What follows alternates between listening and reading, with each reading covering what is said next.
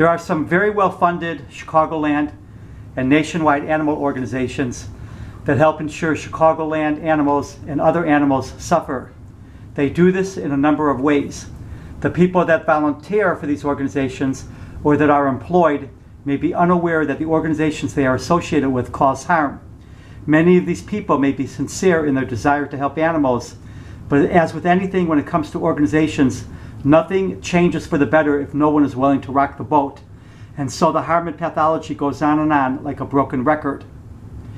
These organizations like to focus on the feel-good aspect of what appeals to the public and to donors. This includes emphasis by some organizations on adoptions and the false perception that less animals are killed because less animals are euthanized. Some of these organizations enter public animal control facilities on a daily or near daily basis, removing for free the most adoptable dogs, cats, puppies, and kittens. They know that every adoption they make is not only a source of revenue, but may result in a lifetime of donations to their organizations from the adopter. They are removing animals that are highly adopted and that would be adopted if they remained in the city or public facilities. By focusing on feel-good adoptions and lower euthanasia rates, they ignore basic issues such as animal control and animal cruelty. They will only address animal cruelty if it is a means of getting publicity for themselves or if it promotes one of their ineffective programs. Regarding animal control, many animal organizations could care less how poor is the response to animal control. This includes the response to injured animals and stray animals. The fewer animal control officers, the poorer the response to animal control, the fewer animals would be brought into public facilities. Most stray animals and injured animals living out on the streets are not the animals these organizations covet.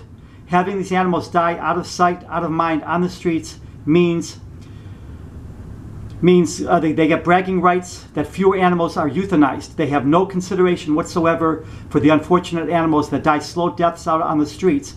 Only a heartless person prefers it for animals to die slow deaths out on the streets, often out of sight, out of mind, than experience a painless, humane death by euthanasia.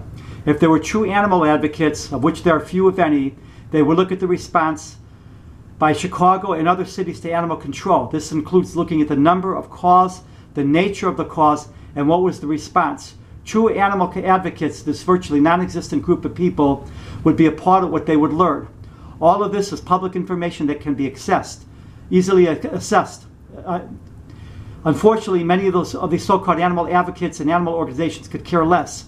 Likewise, they could care less about the police response to animal cruelty and dogfighting. The poor police response to animal cruelty and dogfighting, with few exceptions, including the record of calls to 911 regarding dogfighting and animal cruelty, have been ignored for decades now by many animal organizations and animal advocates.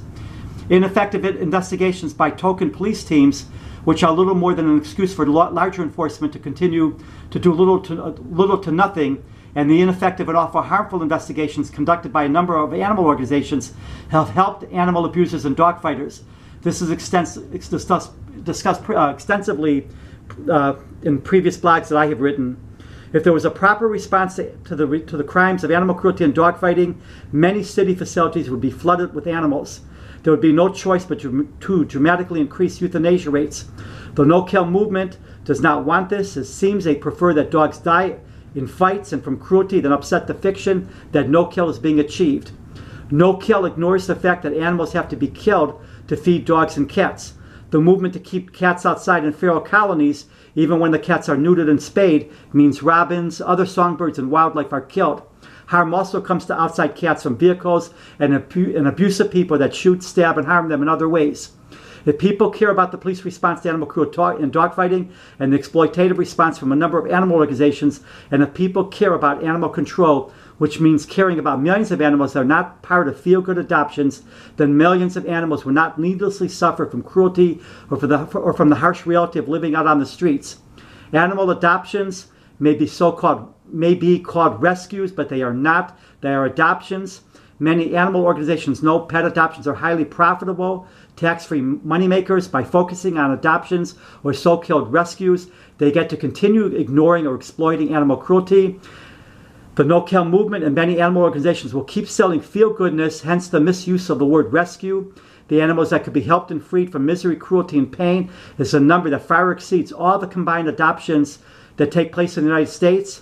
Rescue, such things as running into burning buildings, diving into freezing rivers, running into traffic to save an animal or human being, has been trivialized. Feel-good adoptions and the fiction of no-kill have made a number of animal organizations very wealthy. It enables them to continue ignoring or exploiting issues related to animal cruelty, dogfighting, and animal control. The harsh truths about animal cruelty, dogfighting, and animal control have long been kept under the rug or exploited, despite the plethora of all kinds of animal organizations and animal advocates.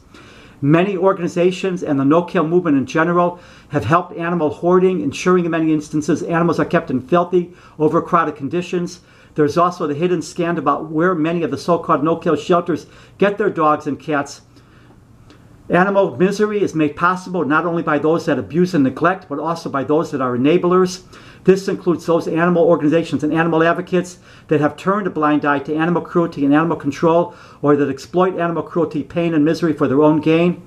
Our oceans, our wildlife, much of the tapestry that keeps this precious earth healthy, alive, and vibrant is being damaged beyond repair. This is causing enormous human and animal suffering. The no-kill movement and many animal organizations ensure money will keep being diverted away from truly helping not only dogs and cats that suffer, but so much else.